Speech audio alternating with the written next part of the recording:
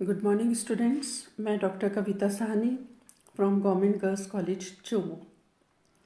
आज हम BSc part 2 के पेपर सेकंड के अंतर्गत फिजियोलॉजी ऑफ रेस्पिरेशन या श्वसन की कार्यकी के बारे में पढ़ेंगे।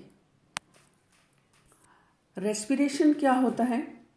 रेस्पिरेशन या श्वसन, एक्चुअली जब हम रेस्पिरेशन या श्वसन की बात करते हैं तो आम आदमी के मन में यही बात आता है कि हम जो सांस ले रहे हैं, अंदर सांस ले रहे हैं और बाहर छोड़ रहे हैं, ये श्वसन है।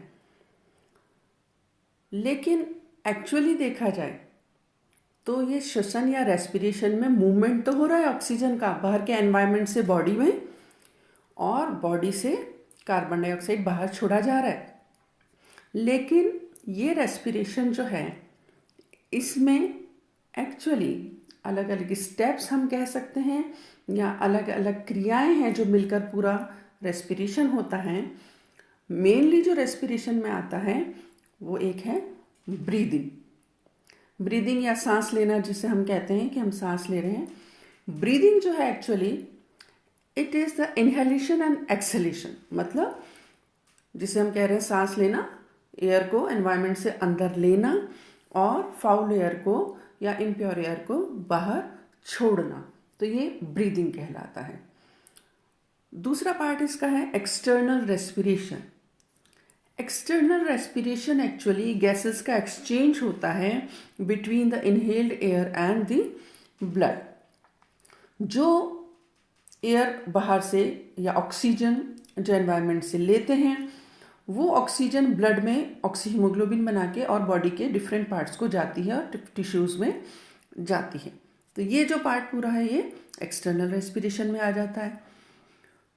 Internal respiration, this is exchange of gases between blood and the tissue, यानी ये जब ब्लड के थ्रू गया टिश्यू में जाएगा, सेल्स के लेवल पे टिश्यू में ये एक्सचेंज होगा।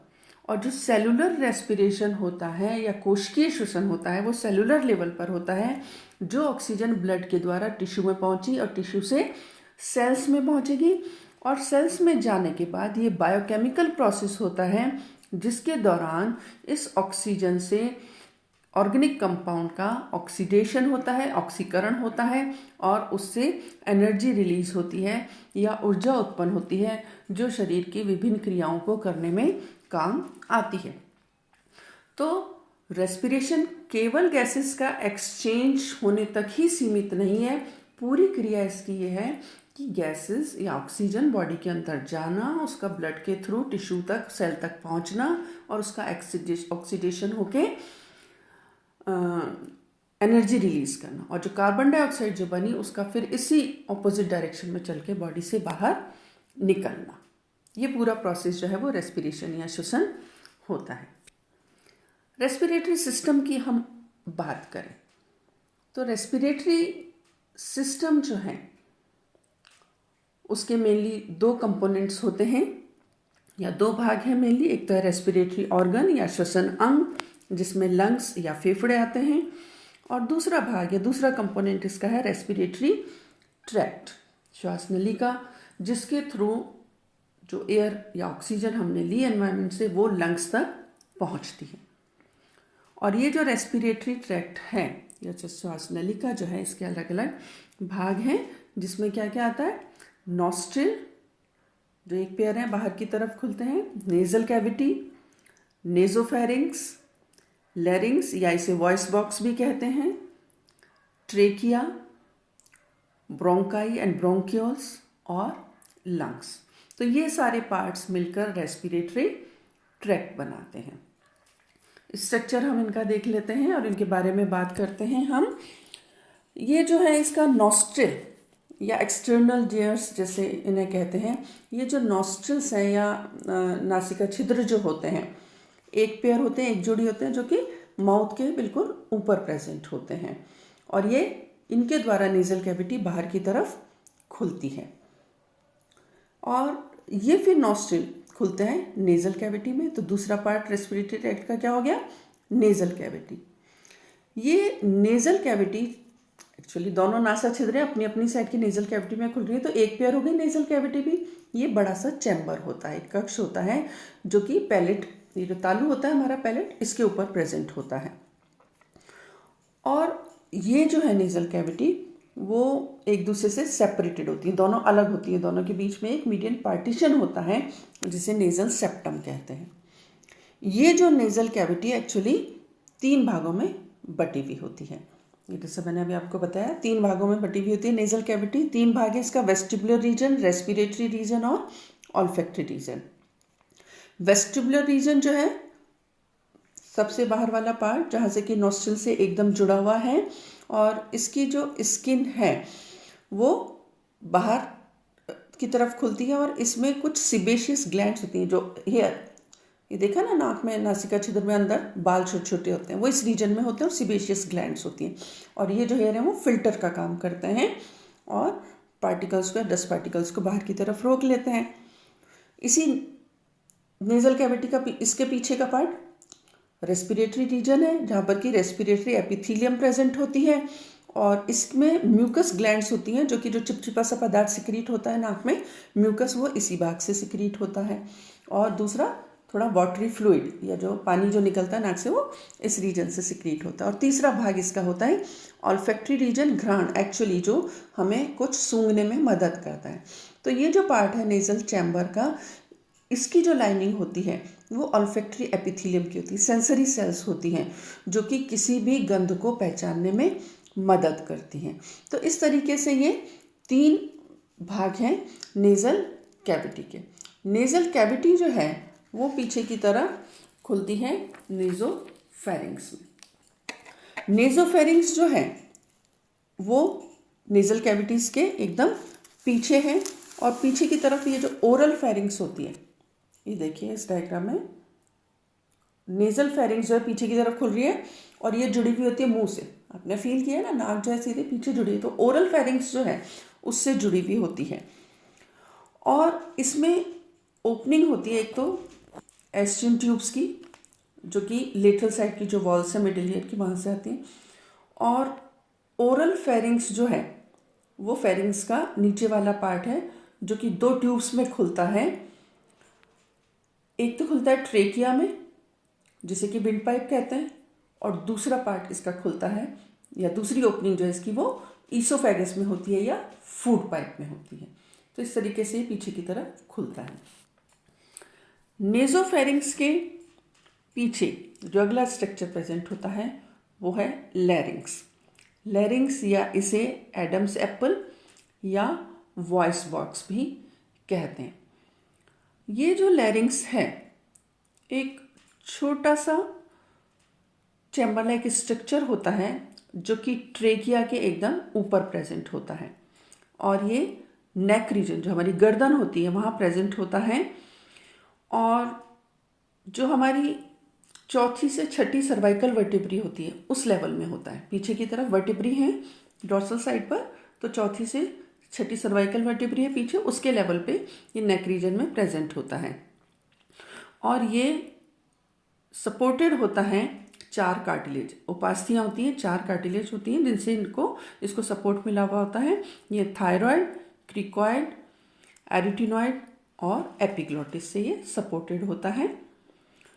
और थायराइड कार्टिलेज जो है इसमें से सबसे बड़ी होती है, जो कि लैरिंग्स को सपोर्ट करती है वेंट्रल साइड पर, यानी अधर सतह पर, और लेटरल, अधर और पार्श्व सतह पर इसको सपोर्ट करती है। एपिग्लोटिस जो है वो पीछे की तरफ होता है, ये जो हमारी टंग है, जीभ है, इसके पीछे की तरफ होता है। और इसका मेन फंक्शन या काम जो होता है वो क्या होता है, ये लैरिंग्स जो है इसकी एंट्रेंस को कवर कर लेता है, ढक लेता है, जिससे क्या होता है, जब हम फूड को स्वॉलो करते हैं, अंदर लेते हैं, भोजन खाते हैं, तो हम निगलते हैं ना खाने को, तो उस समय ये लैरिंग्स को कवर कर लेता है, जिससे कि भोजन फूड पाइप में ही जाता है और विंड पाइप में नहीं जाता। ये जो लैरिंग्स है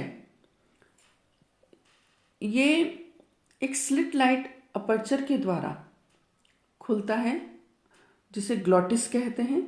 और ये जो ग्लॉटिस है इसमें एक म्यूकस मेम्ब्रेन होती है, जो कि एपिथीलियम से कवर्ड होती है, और ये जो एपिथीलियम है ये सिलिएटेड होती है, और इसके जो सीलिया हैं वो बाहर की तरफ बीट करते रहते हैं, और अनवांटेड पार्टिकल्स जो होते हैं, जो अवांछित अगर कण ऐसे हैं तो उनको वहीं रोक देता है।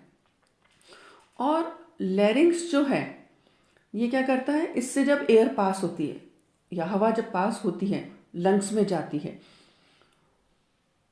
तो ये लैरिंजियल स्पैज्म जो है कफ की फॉर्म में इरिटेशन फील होती है, जिससे कि अगर कोई पार्टिकल्स इसमें ऐड होते हैं। और ये जो लैरिंग्स है ये पीछे की तरफ एक ट्यूब में खुलता है जिसे ट्रेकिया कहते हैं। ये जो ट्रेकिया है एक्चुअली, ये जो श्वास नली है या ट्रेकिया है उसमें खुलता है। इस लैरिंग्स को वॉइस बॉक्स भी कहते हैं। और वॉइस बॉक्स क्यों कहते हैं? क्यों? ये वॉइस बॉक्स या साउंड प्रोडक्शन का जो ऑर्गन है, क्योंकि इससे आवाज़ उत्पन्न होती है, इसलिए इसे वॉइस बॉक्स या साउंड प्रोड्यूसर भी कहते हैं।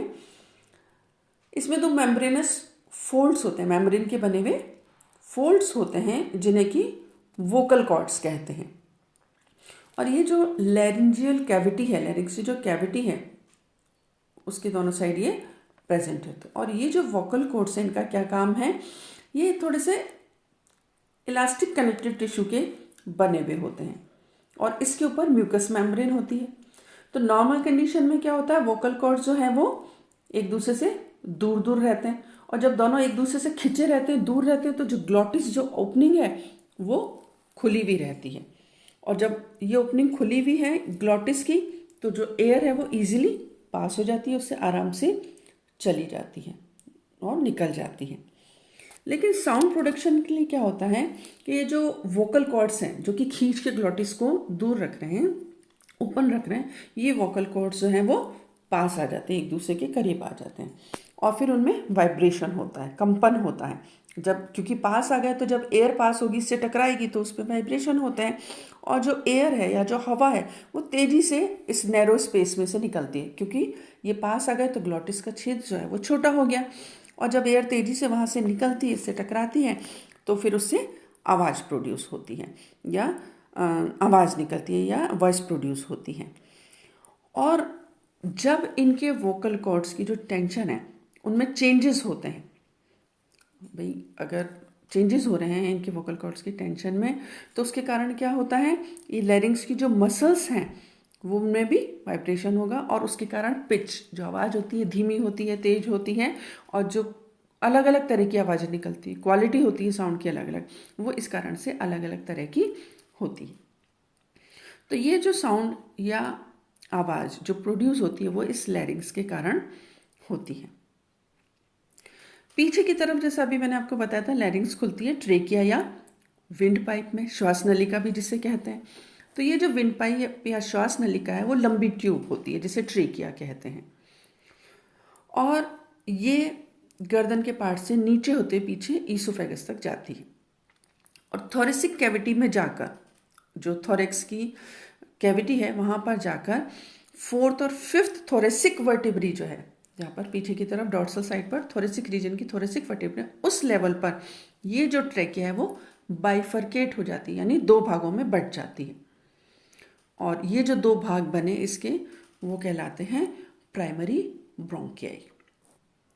और प्राइमरी ब्रोंकियाई जो बने, दोनों ब्रोंकियाई अपनी अपनी साइड के लंग में खुलते हैं, यानी लेफ्ट वाले ब्रोंकियाई लेफ्ट लंग में खुलेगा और राइट वाला ब्रोंकस जो है वो राइट में खुलेगा।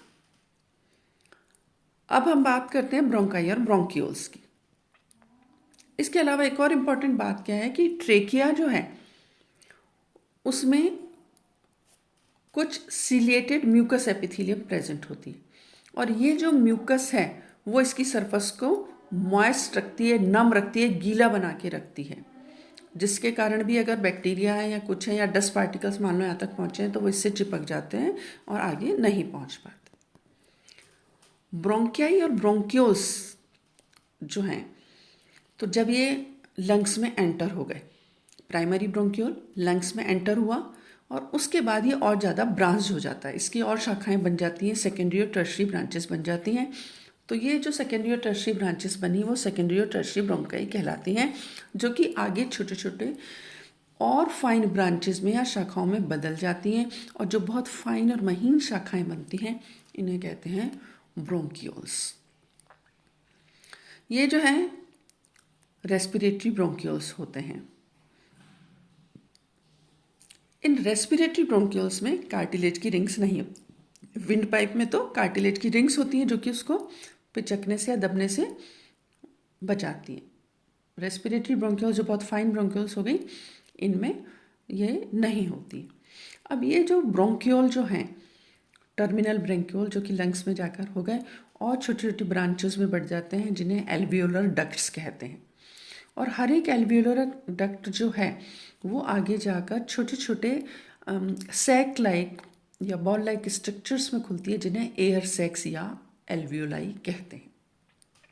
ये एल्वियोलाई आगे से बंद होते हैं। अभी तक तो ट्यूब्स थी, सब एक दूसरे के कंटिन्यूएशन में थी। ये एल्वियोलाई या एयर सैक्स जो हैं वो बंद होते हैं। सैक्स या छोटे छोटे पाउचेस जो होते हैं, और बहुत पतली इनकी दीवारें होती हैं जो कि कनेक्टिव टिश्यू की बनी होती हैं, जो इलास्टिक होता है। और इनमें पूरा एक फाइन नेटवर्क, पूरा जाल बिछा हुआ होता है कैपिलरीज का और पल्मोनरी वेन्स और आर्टरीज का। तो ये पूरी ब्रांचेस और स्ट्रक्चर्स हो गए ब्रोंकियाई के और ब्रोंकियोल्स के। और इम्पॉर्टेंट पार्ट या ऑर्गन इस रेस्पिरेटरी सिस्टम का वो है लंग। एक पेयर लंग्स इसमें प्रेजेंट होते हैं जो कि थोरेसिक कैविटी में होते हैं, हार्ट की दोनों साइड में। ये जो लंग्स हैं एक double walled sac like structure में से घिरे हुए होते हैं जिसे प्लूरा कहते हैं। डार्क रेड कलर के होते हैं लंग्स, और स्पॉन्जी बैग्स, जैसे स्पॉन्ज होता है ना उस तरीके डायग्राम में भी देखिए आपको दिखाई दे रहा है। तो स्पॉन्जी बैग लाइक स्ट्रक्चर्स होते हैं जिनकी की सरफेस स्मूथ होती है।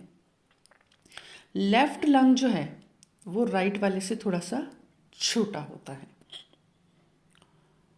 3 सरफेस होती है लंग्स की, एक कोस्टल सरफेस होती है, एक डायफ्रामेटिक होती है और एक मीडियस्टिनल होती है। तो ये जो लंग्स हैं, लेफ्ट लंग जो है वो 2 लोब्स में बटा हुआ होता है, एक सुपीरियर और एक इन्फीरियर लोब। और जो राइट लंग है उसमें 3 लोब्स होते हैं, 3 पार्ट्स होते हैं, एक सुपीरियर, मिडिल और इन्फीरियर लोब। तो ये पूरा स्ट्रक्चर मैंने आपको बताया इनका लंग्स का। और लंग्स में ये जो बताया था आगे जाके जो डक्ट्स बट गई एल्वियोलाई में। और तो ये जो पार्ट है एक्चुअली एल्वियोलाई, ये एक्चुअल पार्ट है जहाँ पर कि रेस्पिरेटरी पार्ट इसे कहते हैं। और इनकी संख्या बहुत ज़्यादा होती है, करीब 300-400 मिलियन तक होती है एक लंग में। और इसके कारण जो एल्वियोलाई की सरफेस है वो बहुत ज़्यादा बढ़ जाती है, और सरफेस जितनी ज़्यादा बड़ी होगी गैसेस एक्सचेंज उतना ही ज़्यादा उसमें होगा। तो ये जो एल्वियोलस हैं इनकी जो कैविटी है वो भरी रहती है। जो एयर आ रही है नोस्ट्रिल से, नेजोफेरिंक्स से होती हुई, ट्रिकिया से होती, ब्रोंकियाई से होती हुई इन एल्वियोलाई में आ जाती है। और यहाँ पर जैसा अभी मैंने बताया था कि पूरा नेटवर्क होता है ब्लड वेसल्स का, कैपिलरीज और आर्टरीज का। तो रेस्पिरेटरी गैसेज जो है एक्सचेंज जो है उनका वो यहीं पर होता है ब्लड में, और एल्वियोलर एयर जो एयर वहाँ से आई और ब्लड में यहाँ पर उनका एक्सचेंज होता है गैसेस का। यानी ऑक्सीजन जो आई है वो ब्लड में आ जाती है, और ब्लड में जो कार्बन डाइऑक्साइड है वो इसमें छोड़ दी जाती है।